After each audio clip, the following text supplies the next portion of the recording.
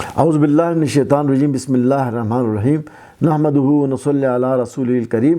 حامیم پر میرے ٹاک کا سلسلہ جاری ہے، اور ہم نے یہ ظاہر کیا تھا کہ حامیم کی صورتوں میں وہ خصوصیات پائی جاتی ہیں، اس کے مضامین میں وہ خصوصیات پائی جاتی ہیں، ان کے آہنگ میں وہ خصوصیات پائی جاتی ہیں جن کا حامیم حروف سے خاص تعلق ہے، اور یہ چیز تمام صورتوں کو آپس میں جوڑتی ہے، ان کے مضامین کو آپس میں جوڑتی ہے۔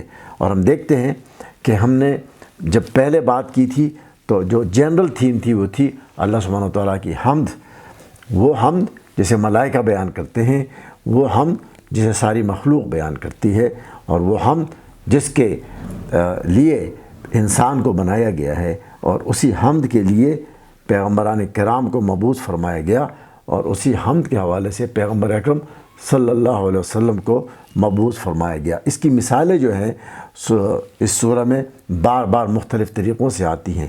اب آگے ہے وَهُوَ الَّذِي يُنَزِّلُ الْغَيْثَ مِن بَعْدِ مَا قَنَطُوا وَيَنشُرُ رَحْمَتَهُ وَهُوَ الْوَلِيُّ الْحَمِيدُ۔ وہی ذات ہے جو آسمان سے بارش برساتا ہے انسان کی مایوسی کے بعد، اور اپنی رحمت برساتا ہے، اور وہ لائق تحمید ہے، وَهُوَ الْوَلِيُّ الْحَمِيدُ۔ پھر فرمایا الَّذِينَ يَحْمِلُونَ الْعَرْشَ وَمَنْ حَوْلَهُ يُسَبِّحُونَ بِحَمْدِ رَبِّهِمْ۔ وہ جو عرش اٹھانے والے ہیں وہ اس کی حمد اپنی کاوشوں سے بجا لاتے ہیں۔ یہاں یہ بات انتہائی دلچسپ اور اہم ہے کہ ملائکہ کو حاملین عرش کہنے کے پیچھے وہی محرک ہے جو ہم نے دوسرے حروف کے حوالے سے پہلے ہی نوٹ کیا تھا، یعنی حاملین عرش میں حامیم نوٹ کیجئے۔ مزید تفصیل کے لیے آپ دیکھیں گے کہ میں نے الف لام میم کے حوالے سے اسی طرح کی ایک ویڈیو نوٹ کی ہے، اور وہ اس میں ہم نے الف لام میم صورتوں میں الف لام میم کے استعمال کو بیان کیا ہے۔ اس کے نتیجے میں ثابت یہ ہوتا ہے کہ یہ اس تحقیق میں ایک یکسانیت ہے اور ہمارے نتائج یکساں ہیں۔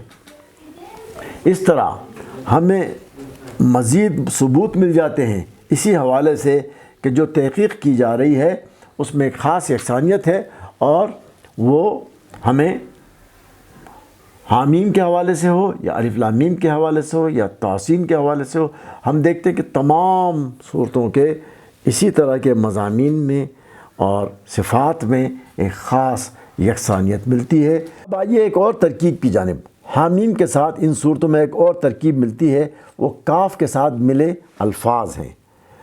ہم دیکھتے ہیں کہ ان صورتوں میں حکم ہے، حکم ہے، اور حکمت ہے۔ اب ان تینوں کو اگر آپ ملائیں اور تینوں کو دیکھیں تو اس میں ہم نے صرف کاف کا اضافہ کیا ہے، حکم ہو جائے، حکم ہو جائے اور حکمت ہو جائے، تو یہ ساری تینوں کے اندر آپ دیکھتے ہیں کہ یہ صفات ان صورتوں کے اندر خصوصیات کے ساتھ ترکیز کی گئی ہیں۔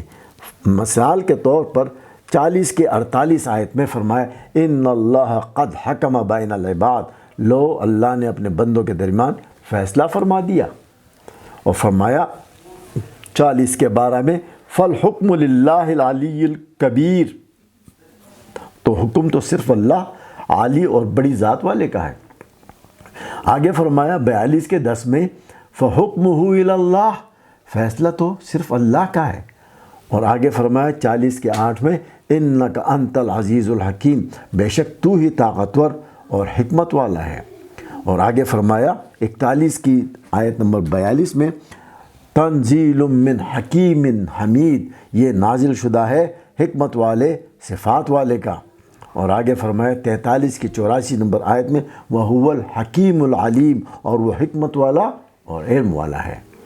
تو ہم دیکھتے ہیں کہ کس طرح حکیم، حمید کا استعمال کیا گیا، حکم کا استعمال کیا گیا، حکم کا استعمال کیا گیا۔ تو آگے دیکھیے انک انت العزیز الحکیم کذالک یوحی الیک والی الذین من قبلک اللہ العزیز الحکیم، پھر فرمایا انہ علیم حکیم، اور آگے فرمایا وَإِنَّهُ فِي أُمِّ الْكِتَابِ لَدَيْنَا الْعَلِيٌّ حَكِيمٌ 43 کا 4، اور پھر 44 کا 4 فِيهَا يُفْرَقُ كُلُّ أَمْرٍ حَكِيمٌ، کہ اس کے اندر فرق کے ساتھ بیان کر دیے گئے تمام عقل والے احکام۔ پھر فرمایا تنزیل الکتاب من اللہ العزیز الحکیم 45 کا 2، پھر آگے فرمایا 45 کی 37 میں وَلَهُ الْكِبْرِيَاءُ فِي السَّمَاوَاتِ وَالْأَرْضِ وَهُوَ الْعَزِيزُ الْحَكِيمُ۔ تو آپ دیکھیں گے کہ کس طرح سے ان تمام الفاظ کو اس سورہ میں جمع کیا گیا ہے۔ اب اگر ہم اس کو دیکھیں تو ہم دیکھتے ہیں کہ ایک طرف تو اللہ سبحانہ وتعالیٰ کی حکمت دیکھیے، اس کا حکم دیکھیے، اس کی وزڈم دیکھیے، اس کے فیصلے دیکھیے، اس کے مقابلے میں انسان اپنے آپ کو کیا سمجھتا ہے۔ ایک کمزور انسان اپنے آپ کو بعض دفعہ لے آتا ہے اللہ کے مقابلے میں، نعوذ باللہ۔ مگر یہ دیکھیے کہ فرعون جیسے شخص جو تھا، جو حکمران تھا، اب ذرا اس کی عقل کا تقابل کیجئے۔ وہ کہتا تھا میرے لیے ایک مینار بناؤ تاکہ میں موسیٰ کے خدا کو جھانک کر دیکھوں، 40 کے 36 میں۔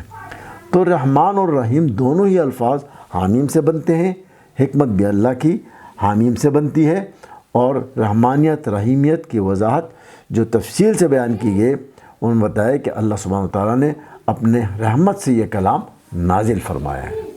یہ کلام اللہ نے اپنی رحمت سے نازل فرمایا، یہ کلام بھی رحمت ہے، اور اس سے پہلے جو نازل کیا گیا وہ بھی فرمایا تنزیل من الرحمن الرحیم، یہ نازل شدہ ہے رحمان اور رحیم کا۔ اب کس پر نازل ہوا؟ محمد صلی اللہ علیہ وآلہ وسلم پر، جو رحمت للعالمین ہے۔ آپ کا نام محمد صلی اللہ علیہ وسلم، اور محمد میں آپ دیکھیے ہا میم اور میم 3 بار اور صرف دال ہے۔ اور ہم دیکھتے ہیں کہ کس خوبصورتی سے ایک کلام کو سجایا گیا ہے، اس کو بنایا گیا ہے، اور اتنا خوبصورت بنایا گیا ہے کہ کوئی شاعر اور کسی شاعر کی مجال نہیں ہے کہ اس کی کاپی کر سکے۔ تو انشاءاللہ اسی ویڈیو کو ہم آگے بڑھائیں گے دوسرے ویڈیو میں، اور اجازت چاہتے ہیں آپ سے۔ مجھے امید ہے کہ آپ کو یہ تحقیق پسند آئی ہوگی، اور اس تحقیق پر ہماری کتاب بھی آئے گی انشاءاللہ، اور آپ کے سامنے اس تحقیق کو پبلش کریں گے۔ اس وقت تک انشاءاللہ مجھے امید ہے کہ آپ اس سے استفادہ کریں گے، اسے آگے بڑھائیں گے، شیئر کریں گے۔ السلام علیکم ورحمۃ اللہ وبرکاتہ۔